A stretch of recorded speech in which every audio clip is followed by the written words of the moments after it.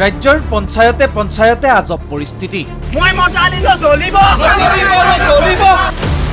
গাঁও পঞ্চায়ত গঠনৰ সময়তো প্ৰান্তে প্ৰান্তে অব্যাহত ভয় ভাবুকিৰ ৰাজনীতি। মন্ত্ৰীৰ নিৰ্দেশত হঠাৎ পঞ্চায়ত গঠনৰ দিন সলনি। ন্যায়বঞ্চিত ৰাইজৰ ন্যায়ালয়ৰ দ্বাৰস্থ হোৱাৰ ভাবুকি। বাল্য বিবাহেৰে জড়িত ব্যক্তিও হৈছে পঞ্চায়ত প্ৰতিনিধি। গাঁও পঞ্চায়ত গঠনক লৈ ৰাজ্যৰ প্ৰান্তে প্ৰান্তে সূচনা হৈছে হাহাকাৰ পৰিস্থিতিৰ। বিশেষকৈ গাঁও পঞ্চায়তৰ সভাপতি উপসভাপতি বাছনিক কেন্দ্ৰ কৰিয়ে উদ্ভৱ হৈছে এনে পৰিস্থিতিৰ।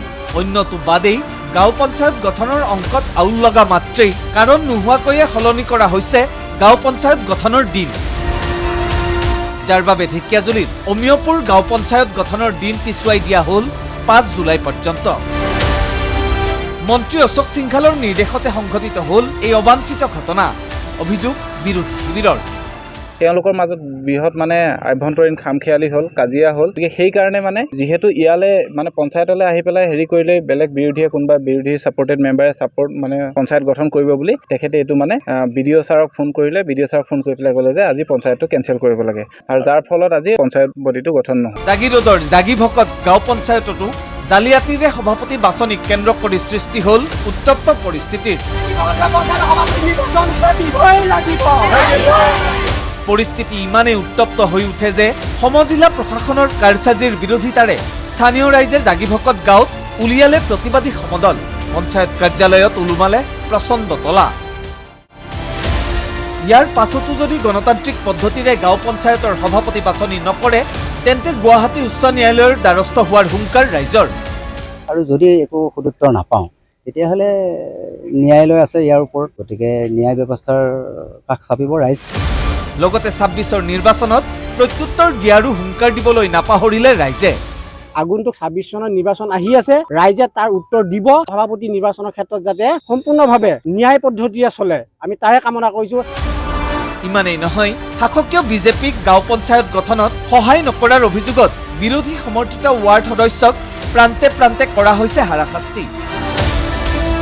অন্যটো বাদেই হোৱা গোচৰত ৱাৰ্ড সদস্যক আটক কৰাৰ ঘটনাও সংঘটিত হৈছে দবকাৰ মুৰাজাৰ গাঁও পঞ্চায়তত। ক'লে মুৰাজাৰ গাঁও পঞ্চায়তৰ 9 নম্বৰ ৱাৰ্ডৰ ৱাৰ্ড সদস্য আবিদ হুছেইনে। কালি ৰাতি মোক ৰাতি 4টামান বজাত মোৰ ঘৰত এনে বুৱা কেছত মোক উঠাই আনি হাৰাশাস্তি দি আছে। এনে ঘৰৰ বুৱা ঘৰৰ কেছ। ইফালে ক্ষমতাৰ শকত মিত্ৰ ধৰ্ম উলংঘা কৰিবলৈও পিছ হুকা নাই শাসকীয় বিজেপিৰ একাংশ পালি নেতাই, যাৰ বাবে নিশাৰ ভাগতে সলনি হৈছে সিদ্ধান্ত। এই ঘটনা সংঘটিত হৈছে তেজপুৰৰ মাজগাঁও গাঁও পঞ্চায়তত। মাজগাঁও গাঁও পঞ্চায়তত মিত্ৰদল অগপক এৰি দিয়া নহ'ল উপসভাপতিৰ পদ, যাক লৈ এইদৰে ক্ষোভ উজাৰিলে অগপৰ ৱাৰ্ড সদস্য ৰূপজ্যোতি কলিতাই। তেখেত এতিয়া অগপক মিত্ৰতা, আৰু তেওঁলোকেতো প্ৰতিটো ক্ষেত্ৰত মোক কৈ থাকে যে বিজেপি 9টা আছোঁ, আমি AGP 1টা আছে, সেইকাৰণে তাৰমানে প্ৰেচিডেণ্টত হেৰি কৰিব নিদিয়ে। আনহাতে অসম ৰাজ্যিক নিৰ্বাচন আয়োগৰ চকুত ধূলি দি ৰাজ্যৰ প্ৰান্তে প্ৰান্তে বিজয়ী হৈছে ইজনৰ পাছত সিজন পঞ্চায়ত প্ৰতিনিধি। অন্যটো বাদেই বাল্য বিবাহেৰে জড়িত ব্যক্তিয়েও ৱাৰ্ড সদস্য হিচাপে বিজয় হৈছে জুৰিয়াৰ দগাঁও ধিং গাঁও পঞ্চায়তৰ 4 নম্বৰ ৱাৰ্ডত। নাম ৰাব্বুল ইছলাম। তথ্য প্ৰমাণসহ পঞ্চায়ত সচিবৰ ওচৰত ৰাব্বুল ইছলামৰ বিৰুদ্ধে অভিযোগ দাখিল ৰাইজৰ। বাল্য বিবাহৰ লগত জড়িত তেখেতটো দূৰৰ কথাই, তেখেতৰ পৰিয়ালৰ কোনো মানুহে ইলেকশ্যনত নমিনেশ্যন বা মনোনয়ন পত্ৰ দাখিল কৰিব নোৱাৰি। ৰাব্বুল ইছলামে নিজে এইটো আইন ভায়োলেট কৰি ভংগ কৰি নিজে ইলেকশ্যন খেলিছে।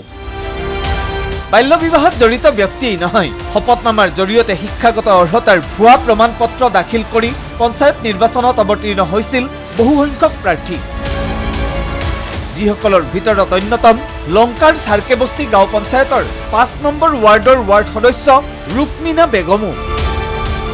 যিগৰাকী ৰুক্মিনা বেগমৰ শিক্ষাগত অৰ্হতাৰ সকলো প্ৰমাণ পত্ৰই ভুৱা, ক'লে অভিযোগকাৰীয়ে। চাৰ্টিফিকেট লৈ এডমিট কাৰ্ড যিটো নখুৰি হাইস্কুলৰ পৰা ইহঁতৰ এডমিট কাৰ্ড আছিল। পাছত আমি হাইস্কুলত তদন্ত ল'লো, এনেকুৱা ধৰণৰ কোনো ষ্টুডেণ্টেই নাই। পাছত নখুৰি হাইস্কুলৰ পৰা লিখিত দিছে যে এইটো মোৰ ষ্টুডেণ্ট নহয় বুলি। আৰু এইদৰে প্ৰত্যাশিতভাৱে চৰ্চাৰ কেন্দ্ৰ হৈছে গ্ৰাম্য ৰাজনীতি। অৱশ্যে উত্থাপিত অভিযোগ প্ৰতি অভিযোগসমূহ নিৰাসনৰ ক্ষেত্ৰত সংশ্লিষ্ট পক্ষই কি পদক্ষেপ গ্ৰহণ কৰে সেয়াহে লক্ষণীয় হ'ব। Bureau report ND24।